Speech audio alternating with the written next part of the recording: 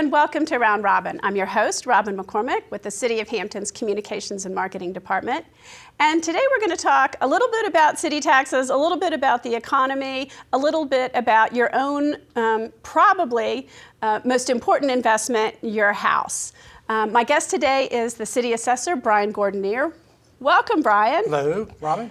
You come visit us every year, and it's because you bring news. That's right. Let's talk a little bit about what your department does in terms of the annual reassessment and how you come up with those numbers.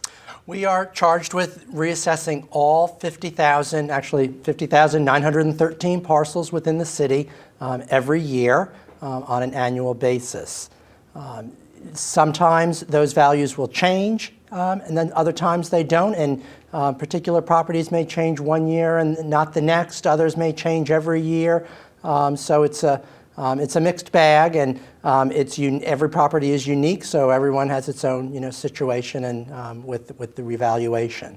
Now, when you say parcel, that is in Hampton, predominantly residences, predominantly homes, but also would include businesses and apartment complexes and things like that. That's correct. And also even exempt properties such as churches and the military installations, the city properties. Okay. Okay, so do you look at each house and figure out the value of that particular house at that moment? Yes, yes, we do. We look at every one of the 50,000 records every year. Wow. We may not physically go out to each one. We're currently on a 5-year cycle for actually visiting each one, either in the field or using aerial photography and orthophotography.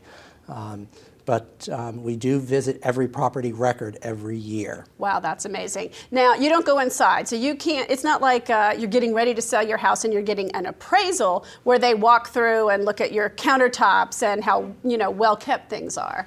Right, it's not to that level of detail, although sometimes property owners do invite us in. We do oftentimes get into new houses before the construction is finished, so we do have a good idea, at least on the new houses, a better idea. But we do get into existing houses as well. The way we go about assessing the properties is we group them into what we call assessment neighborhoods, and those assessment neighborhoods may or may not correspond with what we as residents view as the neighborhoods. Okay. Some assessment neighborhoods may be just part of a large neighborhood that we recognize, or it may be several small neighborhoods that are similar that we combine for assessment purposes. Okay, and so unless there's something special about one house in a given year, say they got a building permit and did an expansion, you generally take that neighborhood plus or minus number and apply it to all the properties. That's correct. We're doing what we do is our analysis on that neighborhood basis. So we will be looking at the sales for the past year of that neighborhood. And we have a variety of reports that we utilize to do that. Now, in Hampton, over the past few years, and it's not exclusive to Hampton actually, let's just say in Hampton Roads and most of the country, we've seen a real drop in housing prices. It got a little bit better last year. What does it look like this year overall? We have, once again, we are slipping just a little bit, and as you say, it's not as bad as it was the previous years. The total land book includes taxable and exempt properties, and that dollar value of all of the real estate in Hampton declined by 0.9%. But when you take out... Well, now just hang on a second. Okay. So for the economy of the city as a whole, dipping is not a good thing, but 0.9 is really not a lot better than the kinds of numbers we and our neighboring cities had been seeing over the prolonged recession. That's correct. I mean, it's not even 1%. So. Wow. Okay. So you take out some of those other things. What do the home values look like? Well, we take out the exempt properties, and then the decline is a little bigger, not substantially. It's 1.2%. Okay. So that number, let's come back to that number later and talk about what it means. So the housing values, though, generally speaking, declined by What's the number there By for single family? 1.8%. 1.8 for single So the family. housing market has been a little more volatile than the multifamily or the commercial industrial segments of the market. So fortunately, the strength of commercial industrial and multifamily has helped soften, for at least from the city's standpoint, the blow of the declining land book value. And even with the decline, it seems to me that maybe the big news, maybe the headline this year is that the majority of houses in Hampton did not decline. That's correct. That is a big change from what we've been seeing for 4 years, 5 years? I can't For even 5 remember. years. 5 years This when is that our dip fifth started. year with a decline. So over that long haul, many people still will find that their house declined in value. But from last year to this year, the majority of homes actually stayed flat, and a small, maybe 3%, increased in value. That's correct. And those increases were predominantly due to permits, making some improvements to the house, or else us picking up some additional information. Maybe our records didn't show that there was a deck on the house, so we've added that. That is, I think, huge news. And people in their homes can take some comfort in that. I mean, it's been, I think, a little bit scary for folks. Certainly, let's talk about foreclosures, because that is still probably what's keeping those prices as low as they have been. The foreclosure rate right now is hovering at 10 to 13%, and that's where it's been for the last 3 or 4 years.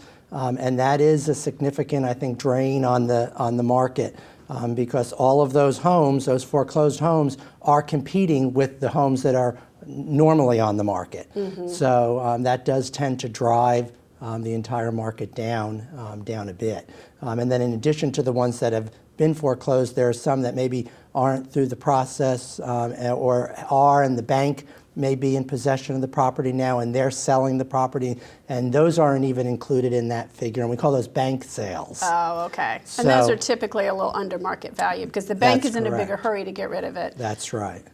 They're not property managers necessarily. So it's not just foreclosures, it's even these associated bank sales. So you think we'll continue to see some pressure on the home sale prices due to that through the current year, the coming year, whatever you want to call it, 2014? I would imagine so, because we still have those in the inventory, and we're not unique in looking at the statistics for other Hampton Roads communities.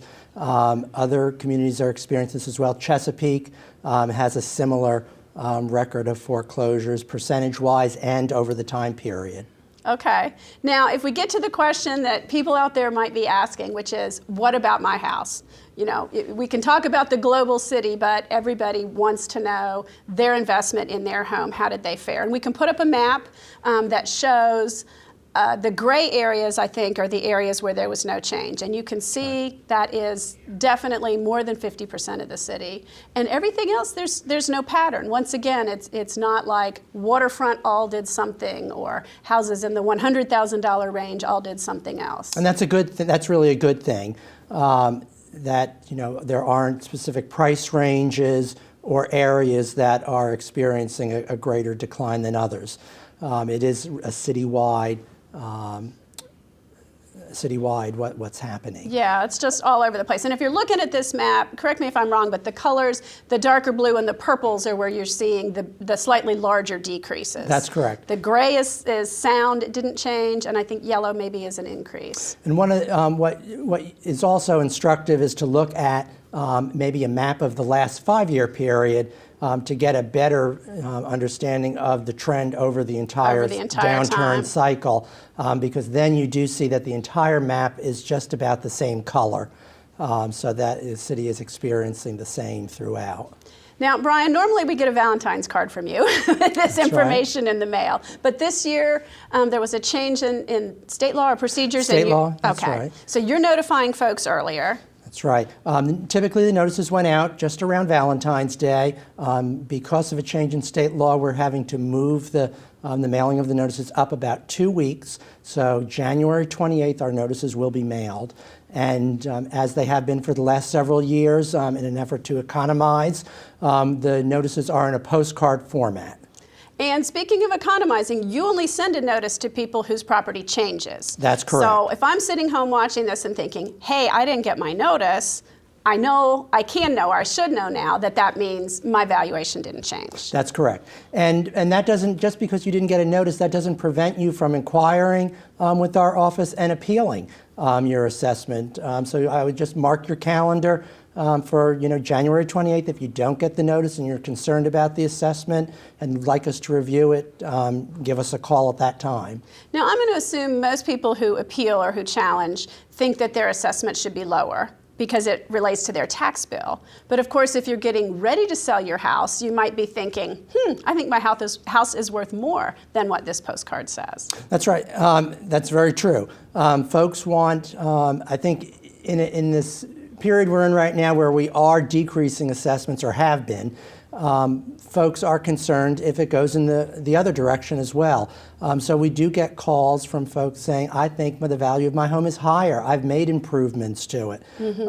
And some may not even may not be selling, but be looking to maybe do a mortgage or an equity line. An equity. So they want that value to reflect reality as the most that it is. Now, speaking of reality, since you've been here, your office has a pretty good track record in terms of, it's a moving target predicting home sale prices. But talk about how accurate you've been according to the statistics that come out later. The measure of how well we do our job is the assessment sales ratio, and the State Department of Taxation actually audits all assessors' offices. They take the sales from the communities and then do the assessment sales ratio. They measure them against the assessments at the time of sale. And over the past 5 years, we have hovered right about at 100%. Of course, once you set the assessment, then the sales that occur after that are going to... right, you're going to see some change. Right, you have to because pick you a have a point trend. in time. Right. You have a trend. So what we're experiencing now, our most current assessment sales ratio that the state performed was for FY13, and we were at 102%, which makes sense because at the time that we actually sent the notices, we were at 100, but then the market was declining, which meant the assessment sales ratio would increase. So. Now, Brian, your office is actually completely separate from the city finance, the city budget office, but your numbers are a little bit of a precursor for the budgeting process. So even though you're separate, let's talk just for a second about the overall decline, that 1.2% in taxable values, what that means looking forward to the budget process. Well, and that's part of our process. We have a good process in Hampton because we do the valuations as of January 1st, and we have the notices sent and everything is finalized by the time that the budget process begins. So the finance department, the budget departments all know the exact number that the real estate assessment will bring depending on what tax rate is set. So assuming there's certainly other kinds of tax revenues that happen in Hampton, it might offset potentially some of this decline, but what we're seeing at this point would be if things don't change, if the rate doesn't change, a 1.2% projected lower revenues for property taxes for the year, which is going to mean a big budget crunch for the city, or a challenge. The finance and budget departments estimate that a 1% decrease is the equivalent of about $1 million in revenue. Okay, so right now we're looking at that potential $1 million shortfall, and the budget folks and city staff and city council will be talking about how they want to approach that. And we'll continue to discuss that here on Round Robin as we move forward. But in the meantime, Brian, thank you for bringing us actually some pretty good news about our home values and the economy, because I think that gives us a little hope going forward. I will just want to mention our appeal dates. Because of that change in the state law, the appeal dates are a little different. March 1st will be the deadline to appeal to the Office of the Assessor of Real Estate, and then the April 1st deadline is for the Board of Review. All right, and I do want to remind people too, if you didn't get that card and maybe you don't remember your house value or don't have last year's card, you can always go to hampton.gov and look it up at any time. Good. All right, thank you, Brian. Thank you. And thank you for watching. I hope you think that the assessment numbers are good news for your home value and for the economy. Thanks.